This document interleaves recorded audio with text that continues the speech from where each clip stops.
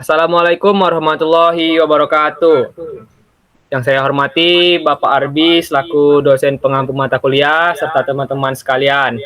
Puji syukur kita panjatkan kehadirat Tuhan Yang Maha Esa karena atas rahmatnya kita dapat hadir mengikuti presentasi pada yang sedang berlangsung.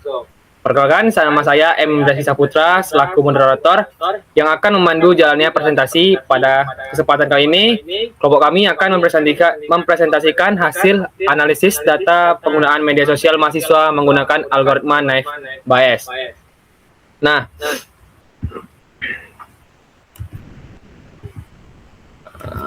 di sini ada klasifikasi tingkat penggunaan sosial media mahasiswa menggunakan naive Bayes.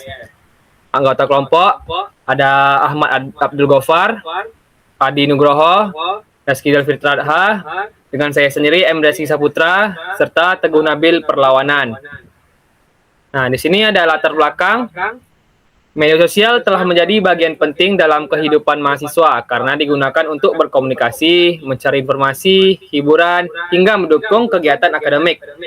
Namun, tingkat penggunaan media sosial pada setiap mahasiswa berbeda-beda dan penggunaan yang berlebihan dapat berdampak pada konsentrasi serta produktivitas belajar. Oleh karena itu, diperlukan suatu metode untuk klasifikasikan tingkat penggunaan media sosial mahasiswa berdasarkan beberapa faktor seperti usia, lama penggunaan, jumlah platform yang digunakan, frekuensi membuka media sosial, dan gangguan terhadap kegiatan belajar. Dalam penelitian ini digunakan algoritma naive Bayes karena memiliki proses yang sederhana, cepat, dan efektif untuk melakukan klasifikasi data. Hasil penelitian diharapkan dapat memberikan gambaran mengenai tingkat penggunaan media sosial mahasiswa serta mengetahui performa algoritma naive Bayes dalam melakukan klasifikasi. Selanjutnya ada rumusan masalahnya. Bagaimana mengklasifikasikan tingkat penggunaan media sosial mahasiswa berdasarkan data yang telah dikumpulkan? Bagaimana penerapan algoritma naive Bayes dalam mengklasifikasikan tingkat penggunaan media sosial mahasiswa? Varian naive Bayes manakah yang menghasilkan performa terbaik dalam proses klasifikasi berdasarkan nilai akurasi yang diperoleh? Nah, di sini pengambilan datanya. Data pada penelitian ini dikumpulkan menggunakan Google Form yang disebarkan kepada mahasiswa sebagai respondennya. Kuesioner berisi beberapa pertanyaan terkait penggunaan media sosial, seperti usia, lama penggunaan media sosial per hari, jumlah platform yang digunakan, frekuensi membuka media sosial, serta pengaruh penggunaan media sosial terhadap kegiatan belajar. Data yang diperoleh kemudian diolah dan digunakan sebagai dataset untuk proses klasifikasi tingkat penggunaan media sosial menggunakan algoritma naive Bayes. Nah, ini ada data yang sudah kami dapat.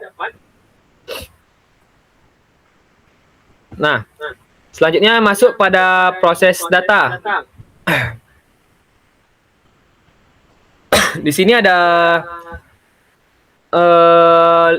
menampilkan 5 data pertama.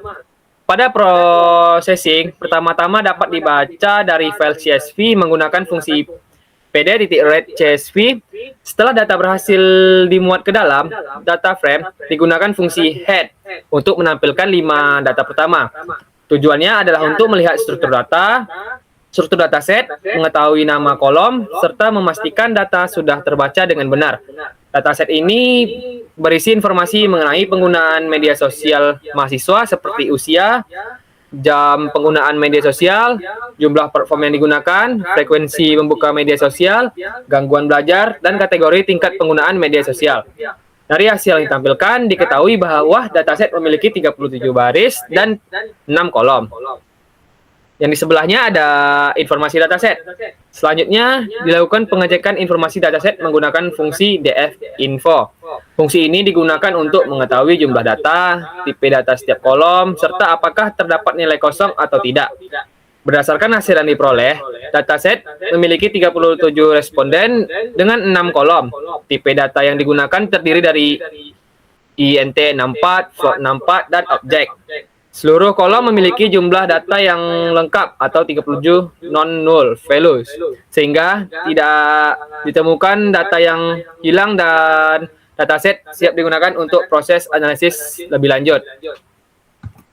Di sini ada slide berikutnya.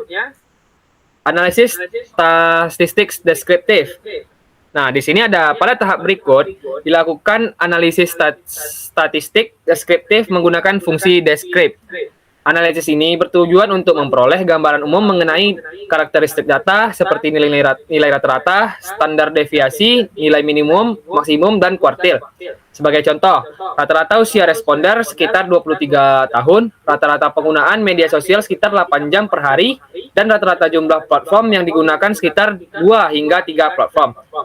Informasi statistik ini membantu memahami pola data sebelum digunakan pada proses klasifikasi menggunakan algoritma Naive Bayes. Nah, selanjutnya ada pengecekan missing value-nya. Tahap pada processing adalah pengecekan missing value menggunakan fungsi is_null dan titik sum. Fungsi ini digunakan untuk menghitung jumlah data yang kosong pada setiap kolom. Berdasarkan hasil pengecekan, seluruh kolom memiliki nilai 0, yang berarti tidak terdapat missing pada dataset. Dengan demikian, kualitas data dapat dikatakan baik karena seluruh data lengkap dan tidak memerlukan proses penanganan data kosong. Dataset sudah siap digunakan untuk tahap analisis klasifikasi selanjutnya. Dari proses processing yang telah dilakukan dapat disimpulkan bahwa dataset berhasil dibaca dengan baik, memiliki 37 data dan 6 atribut. Tidak ditemukan missing value serta telah dilakukan analisis statistik deskriptif untuk memahami karakteristik data. Oleh karena itu, dataset setiap digunakan pada tahap pemodelan menggunakan algoritma Naive Bayes. Nah, materi selanjutnya yang akan dijelaskan oleh rekan saya, yaitu pada Adi, dipersilakan. Baik, selanjutnya saya akan menjelaskan bagian pre-processing dari lanjutan dari rekan saya tadi. Yang pertama itu adalah cek duplikat. Pengecekan data duplikat dilakukan oleh memastikan tidak ada data yang berulang. Di sini saya dan rekan melakukan pengecekan data duplikat menggunakan fungsi duplicated tanda kurung dan hasilnya menunjukkan nilai 0.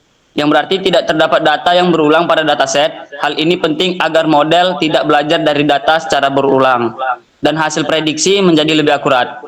Selanjutnya dataset dipisah menjadi fitur atau variabel input X dan target Y. Fitur yang digunakan untuk meliputi usia, jam penggunaan, media sosial, jumlah platform yang digunakan, frekuensi membuka media sosial, dan gangguan belajar. Sedangkan targetnya adalah kategori tingkat penggunaan media sosial yang akan diprediksi. Selanjutnya, pembagian data training dan testing. Setelah pre-processing selesai, data dibagi menjadi 2 bagian, yaitu data training dan data testing, menggunakan metode train test split. Pada penelitian ini, saya dan rekan menggunakan pembagian 80% untuk training dan 20% untuk testing. Hasil pembagian menghasilkan 29% data training dan 8 data testing. Data training digunakan untuk melatih model agar dapat mengenali pola dari dataset. Sedangkan data testing digunakan untuk menguji kemampuan model dalam melakukan prediksi pada data yang belum pernah dilihat sebelumnya. Dengan cara ini, perform model dapat dievaluasi secara lebih objektif dan hasil akurasi menjadi lebih tepat. Baik, sekian penjelasan saya. Selanjutnya akan dijelaskan oleh rekan saya, yaitu Reski. Berikutnya kita masuk pada visualisasi data. Grafik yang tertampil di samping merupakan distribusi kategori penggunaan media sosial. Grafik ini menunjukkan jumlah responden pada setiap kategori penggunaan media sosial, mulai dari rendah, sedang, kemudian tinggi. Dari grafik ini kita dapat ketahui kategori yang paling banyak dan paling sedikit dalam dataset. Analisis grafiknya itu kategori sedang memiliki jumlah data paling banyak. Kategori tinggi juga memiliki jumlah data yang cukup banyak atau sama dengan yang sedang, sedangkan kategori rendah memiliki jumlah data yang paling sedikit. Dampak terhadap model, ketidakseimbangan jumlah data menyebabkan model lebih mudah mengenali kategori yang memiliki banyak data dibanding kategori yang datanya sedikit. Dan berdasarkan visualisasi dataset ini belum sepenuhnya seimbang. Oleh karena itu, kemungkinan besar akurasi pada kategori rendah akan lebih rendah dibanding kategori lainnya. Next. Berikutnya masuk pada model Gaussian Knife Bias. Gaussian Knife Bias ini memperoleh akurasi 87,5%. Modal mampu mengklasifikasikan kategori sedang dan tinggi dengan baik, namun kurang optimal pada kategori yang rendah. Kategori sedang memiliki nilai precision, recall, dan F1 score sebesar 1,00 atau 100%, sehingga seluruh data pada kategori tersebut berhasil diklasifikasikan dengan benar. Kategori tinggi memiliki performa yang baik dengan F1 score 0,86, sedangkan kategori rendah belum dapat dikenali oleh model karena jumlah datanya yang sangat sedikit. Penggunaan knife bias ini cukup memudahkan kita dalam proses komputasi dengan cepat, mudah diterapkan pada dataset kecil dan cocok untuk data numerik. Cara kerja knife bias, Gaussian bias juga kerja yang singkat, dapat menghitung probabilitas setiap kelas berdasarkan distribusi Gaussian, normal distribution. Selanjutnya, model memilih kelas yang memiliki probabilitas terbesar sebagai hasil prediksi. Model memperoleh akurasi 87,5, artinya sekitar 87 dari 100 data berhasil diprediksi dengan benar. Metrik evaluasi yang digunakan adalah precision, berupa ketepatan prediksi model, kemudian recall, kemampuan menemukan seluruh data pada satu kelas, dan F1 score, gabungan precision dan recall. Selanjutnya akan dijelaskan oleh kawan saya, Teguh Nabil Perlawanan. Baik, di sini ada model emotional knife bias. Dari model emotional knife bias ini adalah memperoleh akurasi sebesar 37,50% dari kategori rendah tidak berhasil dikenali oleh model. Sedangkan kategori sedang dan tinggi hanya memiliki nilai precision dan recall yang relatif rendah. Jadi kenapa akurasinya rendah? Karena multi-nominal knife bias lebih cocok untuk data berupa frekuensi dan data. Sedangkan dataset penelitian ini berisi data numerik hasil kuesioner sehingga model tidak dapat menangkap pola data dengan baik. Jadi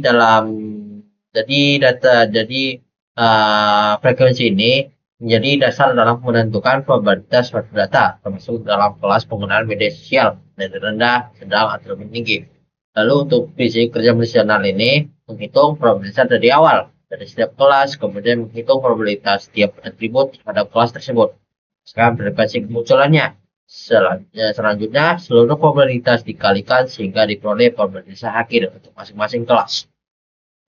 Next. Lalu untuk model Bernard Knife bias ini menghasilkan akurasi 37,5%. Model hanya mampu mengenali kategori tinggi dengan baik, namun gagal mengklasifikasikan kategori rendah dan sedang sehingga performa kurang optimal. Kenapa bisa gagal? Bernard bias gagal mengklasifikasikan kategori rendah dan sedang karena model ini lebih cocok untuk data binar 0 dan 1. Sedangkan dataset penelitian berupa data numerik hasil kuesioner. Selain itu, jumlah data pada kategori rendah sangat sedikit.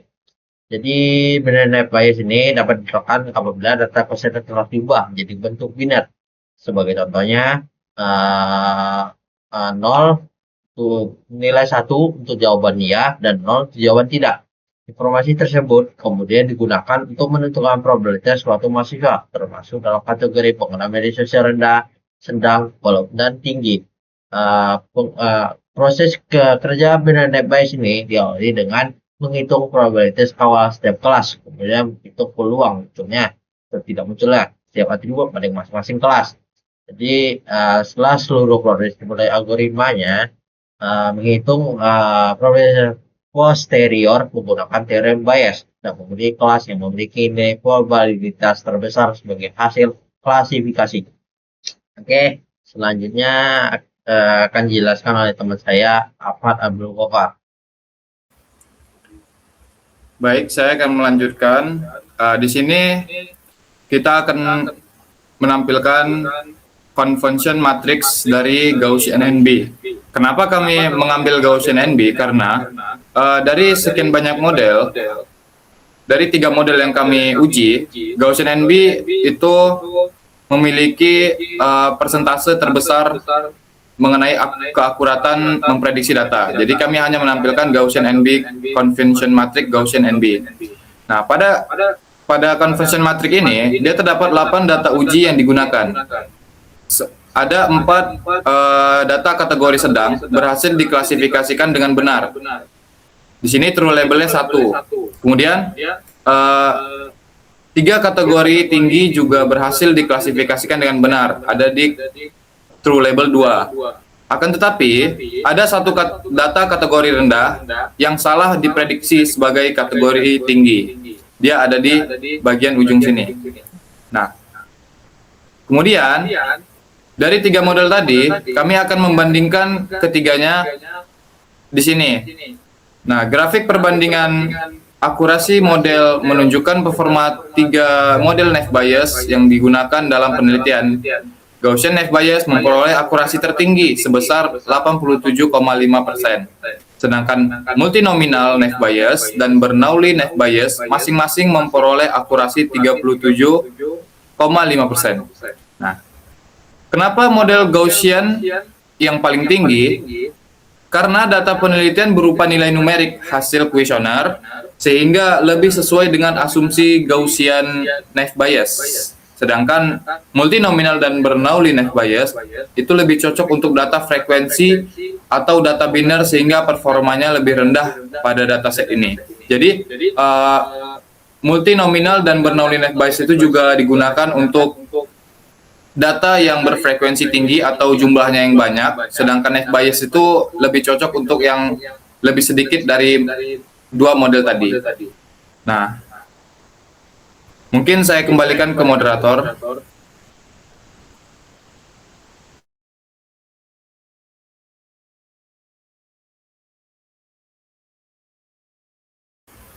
Mungkin hanya sekian yang dapat kami sampaikan.